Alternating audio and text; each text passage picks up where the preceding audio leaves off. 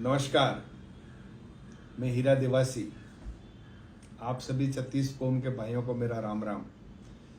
चुनाव निपट गया, हार जीत होती रहती है, इनका कोई गम नहीं है।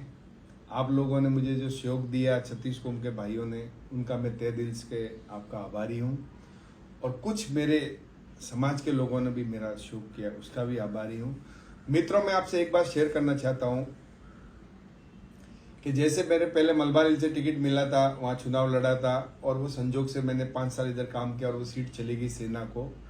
फिर मैं धन्यवाद देता हूँ अशोक गहलोत जी को और हमारे शीर्ष नेताओं को, जिन्होंने मेरे को कुलाबा से टिकट दी। और कुलाबा में मेरे को कम समय मिला था, 12-13 दिन मिला था और मैंने कड़ी कैंपेनिंग की थी, लेकिन चलो संजोग से वो भी नहीं जीत पाया चुनाव। और इस बार महायुति की सरकार बनी है, उनको भी मैं बधाई देता हूँ। हमारे कांग्रेस के काफ़ी उम्मीद थी महाविकास आघाड़ी को, लेकिन होता है, इलेक्शन में चलता रहता है, कभी हार या कभी जीत, तो उससे मायूस नहीं हूँ। और मैं कोई मायूस नहीं हुआ हूँ, मैं फिर से लड़ूंगा और डटा रहूँगा मैदान में। और इससे मेरा हौसला कम नहीं हुआ है। लेकिन सबसे बड़ी आपसे मित्रों एक बात शेयर करना चाहता हूँ कि हमारे विधायक जी रतन जी देवासी, जिन्होंने मेरे को रात को मेरी टिकट डिक्लेयर हुई, उसी रात को 2:30 बजे का टाइम, 1:35 या 1:45 बजे का टाइम था। सुनील पुरोहित जी गवाह हैं, उन्होंने बोला कि मेरा फेसबुक पे पोस्ट डाल हीरा ऐसा। तो हालांकि मेरे को डालना चाहिए था, मेरे शीर्ष नेताओं का, अशोक गहलोत जी का, जिन्होंने टिकट दिलाई, फिर भी उन्होंने बोला कि तुम मेरी पोस्ट डाल रात को। मैं बोला सुबह डालता हूँ। उनके कहने, उन्होंने लिख के भेजी वो पोस्ट, मैंने डाली कि मैंने टिकट दिलाया, तेरे लिए झोली लेके घूमूंगा और तेरे वास्ते पूरे भारत जहाँ पे अपने प्रवासी रहते हैं, अपने समाज के लोग रहते हैं, मैं झोली घुमाऊंगा और तेरे लिए पैसे लाऊंगा। मैंने उनकी पोस्ट शेयर की और दूसरे दिन मेरे फोरम में भी उन्हें आए। उसके बाद में मैंने 3-4 बार उनको फ़ोन किया, उनके पीओ को फ़ोन किया, उन्होंने फ़ोन उठाया नहीं। और वो पिछले 15 दिन से अमीन खां जी हैं, हमारे मुंबा देवी के एमएलए, उनके यहाँ बैठे रहे। और भाइयों, मैं आपको समाज के बंधुओं से मैं एक निवेदन करना चाहता हूं कि अगर ऐसा रहा तो समाज का बेटा कभी एमएलए नहीं बनेगा, जिंदगी में याद रखना। मेरे साथ हुआ, कोई बात नहीं, उन्होंने फोन पूरी समाज को फोन कर करके दिया, जो मेरी छोटी मोटी मदद करना रहा, उन्होंने पर्सनल फोन कर करके उनको मना किया कि हीरा की मदद मत करना। अभी भी तुमको समाज वालों को ऐसा एमएलए चाहिए और समाज को भी यही एमएलए चाहिए, समाज को भी यही चाहिए है, तो मेरे को कोई नाराजगी नहीं समाज से। धन्यवाद है रतन जी को, धन्यवाद है समाज को। मैं तो ये है कि समाज में ऐसा एक बंदा बोलने वाला नहीं है, एक आदमी समाज में ऐसा नहीं है वो बोल सकता है कि भाई तुम राजस्थान से राजनीति करते हो, ये मुंबई से राजनीति करता है, इसने तुम्हारा क्या बिगाड़ा। तो वो बोलते हैं कि बीच में लोगों को कंफ्यूज किया कि उन्होंने 1 लाख रुपया फंड लिया किसी से, माउंट आबू वालों से, उससे मेरा नुकसान करवाया, मेरे साथ मेरे बारे में साजिश रची। मैं आपको क्लियर करना चाहता हूँ, उन्होंने मुझे गाय के लिए चंदा दिया था, मैं जब भी क्लियर बता सकता हूँ, उनको रसीद दिया, और वो कुलाबा के वोटर थे, तो मैंने उनसे चंदा लिया, चेक से लिया। अगर मेरे में कोई गलत होता, ये होता, तो मैं क्यों दिखाता था, चेक से क्यों लेता था। लेकिन उन्होंने अपने इलेक्शन में बहुत पैसे लिए उनसे, उनके साथ उनके संबंध थे, उनके ऊपर बलात्कार का आरोप भी है जो हाईकोर्ट में चल रहा है, वो चलता है।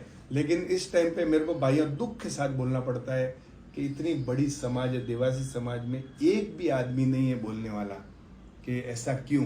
चलिए, मैं तो मेरी लड़ाई लड़ता रहूंगा, मेरी राजनीति चलती रहेगी भाइयों, लेकिन एक बात याद रखना कि अपने समाज में ये कभी नहीं चाहता है कि नया लीडर पैदा हो, और आपके बच्चे भी नेता नहीं बनेंगे, क्योंकि आप उनके सामने ऐसे नतमस्तक हो जाते हो कि जैसा आपके घर पे वो बाजरी की बोरी मिले।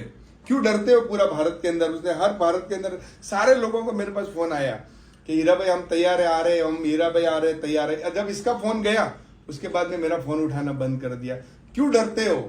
वो थोड़े घर बाजरी की बोरी मिले या थोड़े बच्चों को दिए, आपको नहीं डरना चाहिए। और अभी भी मैं आपको बोलता हूं कि अगर जिंदगी में एक चीज याद रखना, आगे बढ़ना है तो आपको देखो समाज को ऊपर आके ये सब चीजों से आना पड़ेगा। एक आदमी की समाज जागीर नहीं है। और मैं अभी भी बोलता हूं, मैं आज तो पहले तो मैं बोलता था कि चलो इतना मेरे मन में वो था क्या नहीं था, लेकिन आज मैं खुले चैलेंज के साथ बोलता हूँ, आज से रतन जी देवासी, मैं कोई डॉक्टर रमेश नहीं हूँ, मैं भरत देवासी नहीं हूँ, मैं हीरा देवासी हूँ। और आज से मैं तुम्हारे को दिखाऊंगा कि हीरा देवासी क्या है। और आने वाले समय में मैं लड़ता रहूंगा और डटा रहूंगा, और तुम्हारे जैसे कितने आएंगे, और कितनों भी तुम यहाँ के लोगों को पकड़ लो, मुझे हराने की कोशिश की तुमने और मेरे पैसे रुकवाए, तो भी हीरा डरने वाला नहीं, डटा रहेगा मैदान में। और आने वाला समय तुमको दिखाएगा हीरा देवासी क्या है।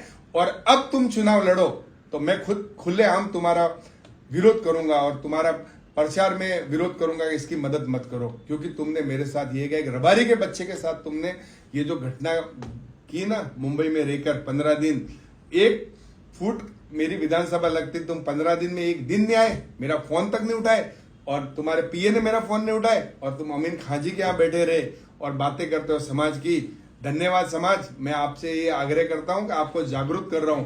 आप ये मत सोचना कि हीरा हार गया है तो फर्स्ट स्टेट में आके बोल रहा है, यहाँ के वो पागल होके बोल रहा है। मैं फर्स्ट स्टेट में नहीं हूं, और कई चुनाव आएंगे और कई चुनाव, अगला चुनाव भी लड़ूंगा और मैदान में डटा रहूंगा, समाज की सेवा करता रहूंगा। लेकिन भाइयों, आपसे हाथ जोड़कर निवेदन है, इस आदमी से बचिए। ये राजनीति में चाहता है कि यही नेता रहे और कोई नेता नहीं रहना चाहिए देवासी समाज का। चलो, मैं तो मेरा कैसा भी करके गुजारा करूंगा, लेकिन आने वाले समय में तुम्हारा बच्चा कभी राजनीति में आएगा या किसी और का बच्चा राजनीति में जैसे समाज का आगे बढ़ना चाहता होगा, या किसी समाज का बच्चा और राजनीति करना चाहता होगा, ये आदमी कभी आगे आने नहीं देगा। जागो देवासी समाज, जागो। और इससे ज्यादा मैं आपको कुछ नहीं बोलूंगा, आप खुद समझदार हो। राम राम सा।